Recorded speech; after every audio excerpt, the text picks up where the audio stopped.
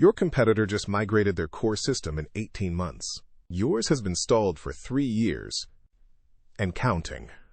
Digital banks processed $4 trillion in payments last year, while legacy institutions watched transaction volume migrate to platforms that didn't exist a decade ago. The gap isn't closing, it's accelerating. Still waiting for vendor promises? By the end of this video, you'll understand exactly why 3 specific mistakes during core banking migration destroy more value than the entire project budget, and why the institutions that avoid them are processing loans in hours, while their competitors still measure turnaround in days. This is episode 4 of our implementation series, and what you're about to learn separates successful transformations from expensive failures. I'm Marcus Chen with Advanedge Consulting, and I've watched brilliant banks make devastating decisions during core migration, not because they lacked resources or commitment, but because they misunderstood where implementation risk actually lives.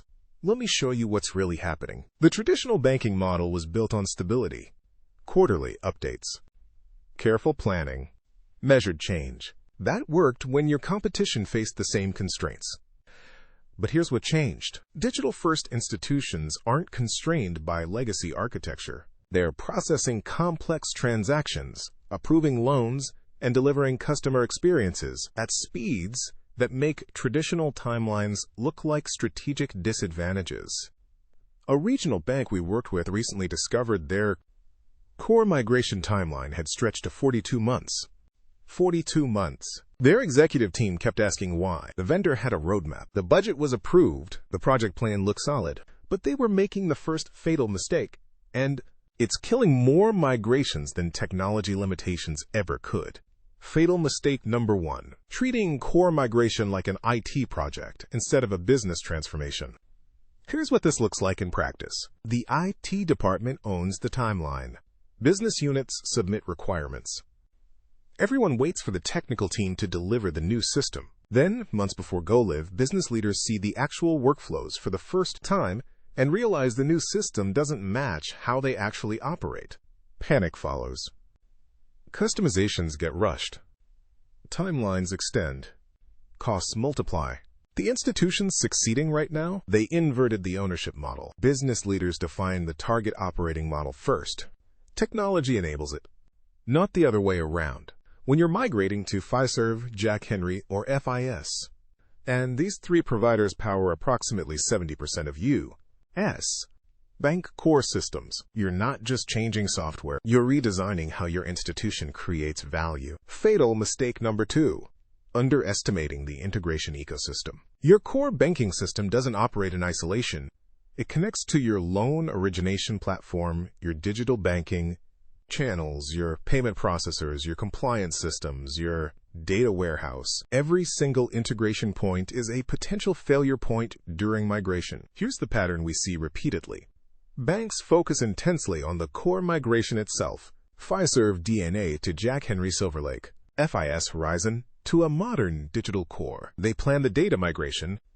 They train on the new interface. Then go live happens and they discover their integrations are broken. Payment files don't transmit correctly. Loan data doesn't sync. Customer-facing applications can't access account information. The core system works perfectly, but the ecosystem is fractured. One institution we recently helped had selected a powerful loan origination system, Abrigo, which is genuinely best in class for lending workflows. Abrigo accelerates credit decisions, streamlines complex loan structures, and helps institutions compete in modern lending markets. But during their core migration, nobody mapped how Abrigo would communicate with the new core provider. 3 weeks after go live, their commercial lending team was manually re-entering data between systems. A platform designed to process loans in hours was bottlenecked by integration failures that should have been solved in planning. The fix isn't more technology. It's integration architecture designed before migration begins. Every data flow, every API connection, every downstream system that touches core data, map it, test it, validate it before you flip the switch. Fatal mistake number 3. And this one destroys ROI. Even when the migration succeeds technically, failing to capture the business value the new platform enables. You just spent millions migrating to a modern core system. Your technology works. Your integrations function. Your team is trained. Now what? Most institutions stopped there. They've completed the migration, checked the box, and moved on. Meanwhile, they're running 21st century technology with 20th century processes. They can process transactions faster, but they haven't redesigned their transaction workflows. They have real-time data access, but they're still generating reports on monthly cycles. They've upgraded the engine, but they're still driving the speed limit. The institutions winning right now are asking a different question immediately after migration. Not, did we successfully implement the new system? But what business capabilities does this platform unlock that were impossible before? Can we now offer same-day loan decisions? Can we launch new deposit products in weeks instead of quarters? Can we personalize pricing based on relationship data we couldn't access previously? A bank we worked with migrated to a modern Jack Henry environment. Solid implementation. Clean go live. 6 months later, their leadership team asked us why they weren't seeing the competitive advantages they'd expected. The answer was uncomfortable. They had new technology running old processes. Their lending team could access customer data instantly, but their credit policy still required committee approval for decisions that algorithms could make. Their digital banking platform could support innovative features, but their product team hadn't launched anything new. We helped them shift focus from implementation completion to capability activation. Within 90 days, they redesigned their consumer lending workflow, integrating their loan origination process with their new core capabilities.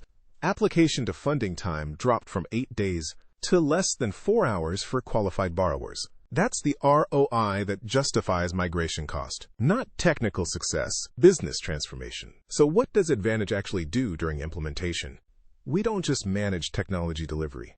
We architect business transformation. That means defining your target operating model before vendor selection, mapping your entire integration ecosystem before migration begins, and most critically, identifying the specific business capabilities your new platform enables and building the roadmap to activate them immediately after go-live. Digital payments infrastructure that actually processes faster. System integrations that create seamless data flow. Regulatory frameworks that scale with your new capabilities. The technical migration is table stakes. The strategic advantage comes from what you build on that foundation. The future belongs to institutions that understand core migration isn't the destination. It's the foundation for everything that comes next. Your competitors aren't just upgrading systems. They're redesigning how banking works.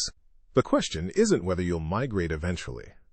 It's whether you'll migrate strategically or spend millions to stay exactly where you are, just on newer software. Knowing isn't enough. The next step is where most businesses fail.